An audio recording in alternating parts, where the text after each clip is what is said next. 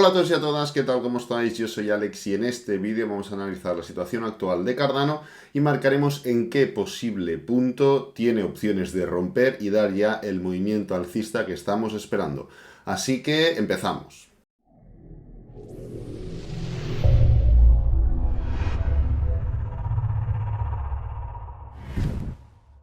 Bien, antes de nada me gustaría comentaros una cosa, y es que aquí en el primer comentario fijado os voy a dejar el enlace al vídeo que he subido esta mañana.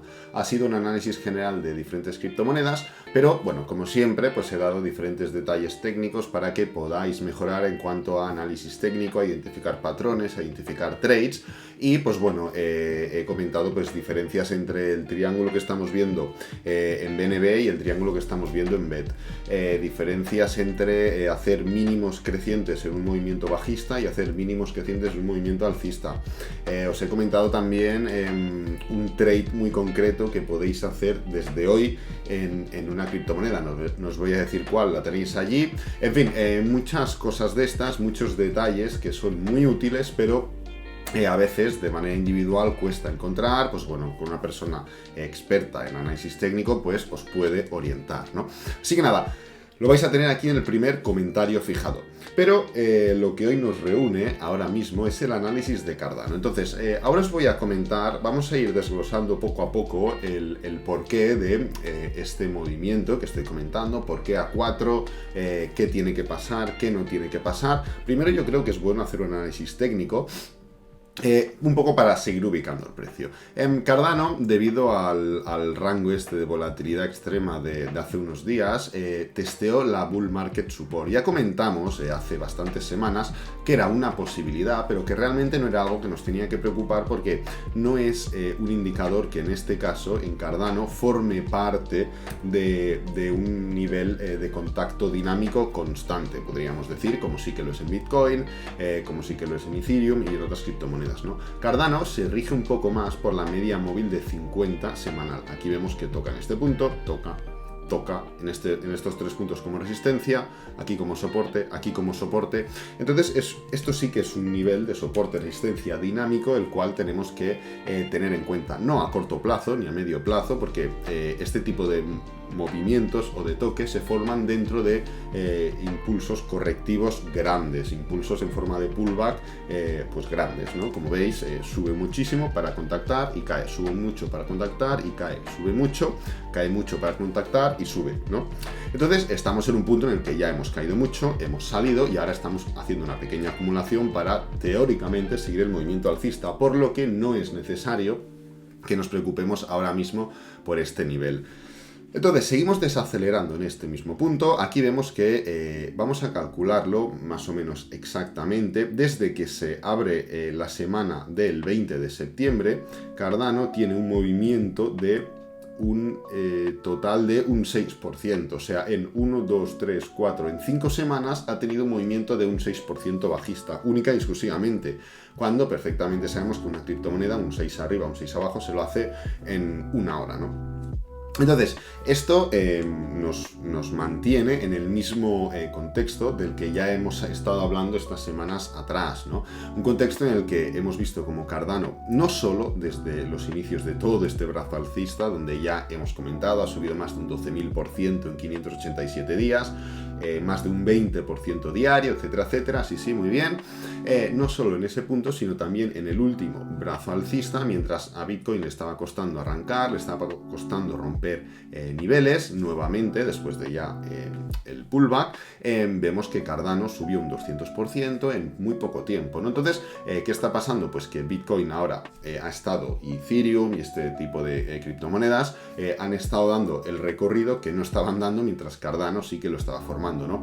¿Qué es lo bueno? Que Cardano se ha mantenido muy bien en estos puntos. Ya tenemos el precio más que ubicado en una especie de rango, donde tenemos la zona de resistencia en 2,32 y la zona de soporte ubicada entre 1,90 y 2, ¿no? Sería ese rango aproximado.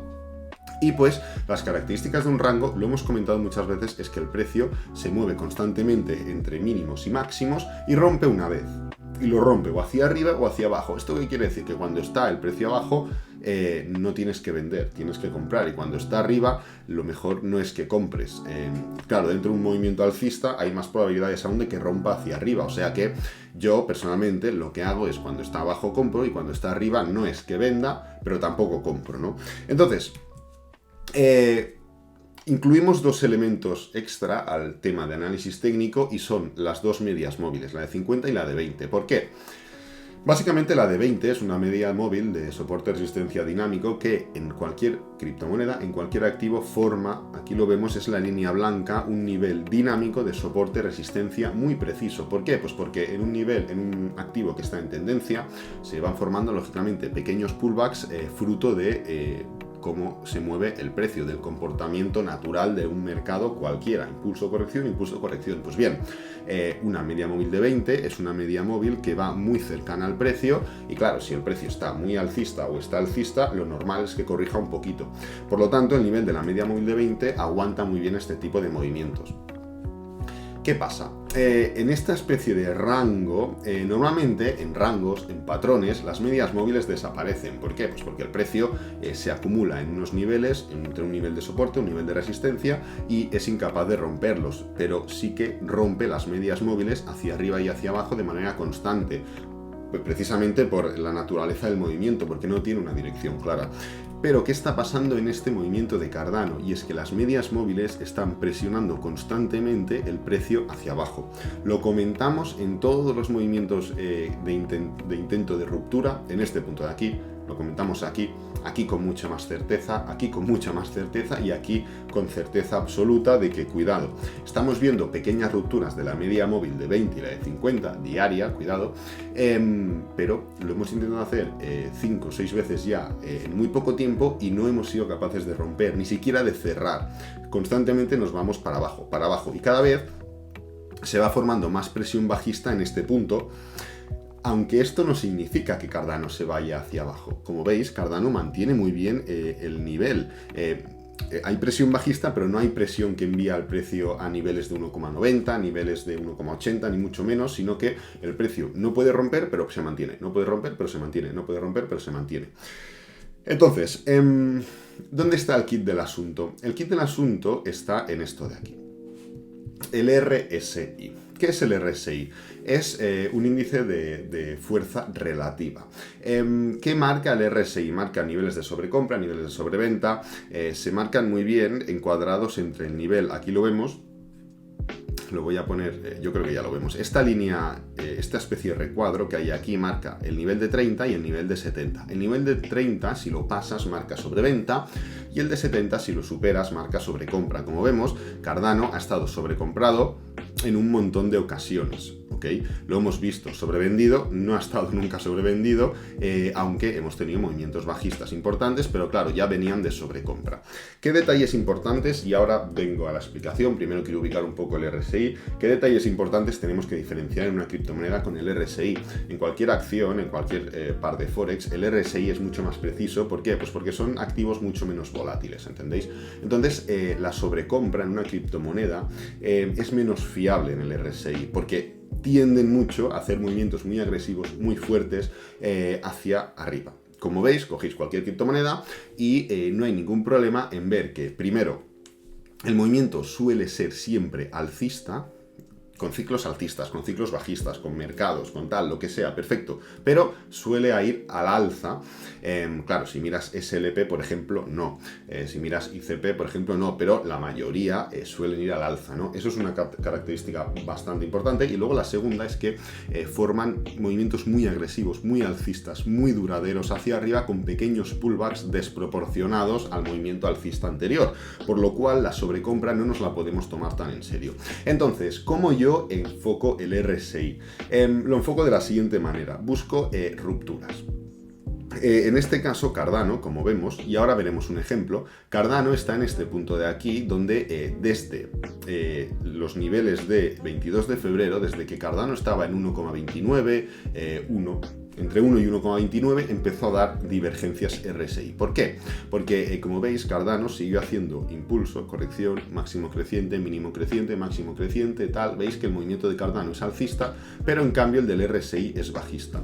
Entonces yo busco este tipo de patrones en el RSI, no tanto entender que haya sobrecompra o sobreventa, sino ver cuándo se está formando una divergencia clara, y en este caso Cardano la está formando. Hubo un punto cuando salió todo el tema de los smart contracts, el último hard fork y demás, la semana del 9 de agosto, que parecía que Cardano podía romper este patrón, disculpad. De hecho, hizo incluso máximos crecientes, máximos históricos, llegamos a 3 prácticamente, o llegamos a 3 en las velas, pero ¡pam!, enseguida se metió para abajo. Entonces, ¿cuándo creo que Cardano puede llegar a 4? ¿Por qué digo 4?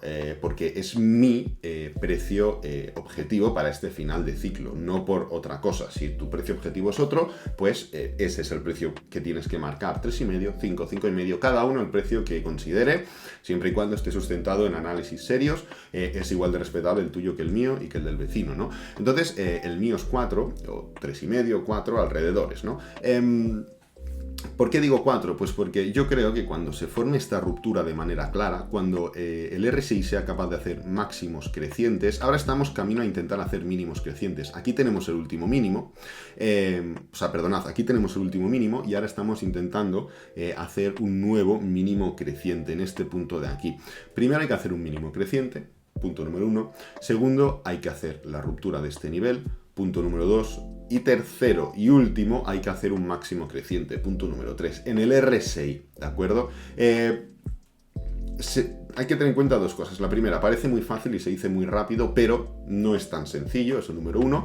Y número 2, tenemos que tener en cuenta que todo esto, mientras se esté formando todo esto, es muy probable que aún no veamos reacción real en el precio de Cardano, y mucho menos en gráfico semanal, ¿de acuerdo? Entonces, para cerrar el tema, hay un montón de ejemplos a los que podéis dirigiros en cuanto a RSI y demás. No es un indicador que yo utilice de manera habitual. Los indicadores me gusta utilizarlos más en cuanto a entender su uso, entender para qué me gustan y saber en qué situaciones concretas puedo utilizarlos. No tener un indicador por tenerlo, porque el vecino lo usa, porque a mí me gusta o porque creo que funciona bien, sino entender cuándo un indicador es útil y cuándo no.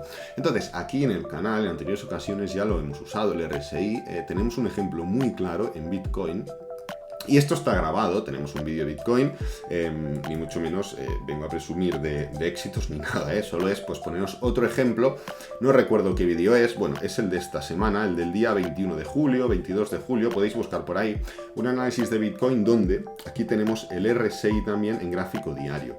Y como veis, hicimos este mismo análisis y al día siguiente se formó el gran movimiento alcista de Bitcoin, donde estuvimos subiendo pues un momento. Desde los niveles de mínimos estuvimos subiendo un 77%. Pues el día anterior comentamos esto. ¿Por qué lo comentamos el día anterior? Porque entonces empezó a ser útil el RSI. Hasta ahora no estaba siendo útil, por eso no lo había traído en este ejemplo, ¿no? En el de Bitcoin.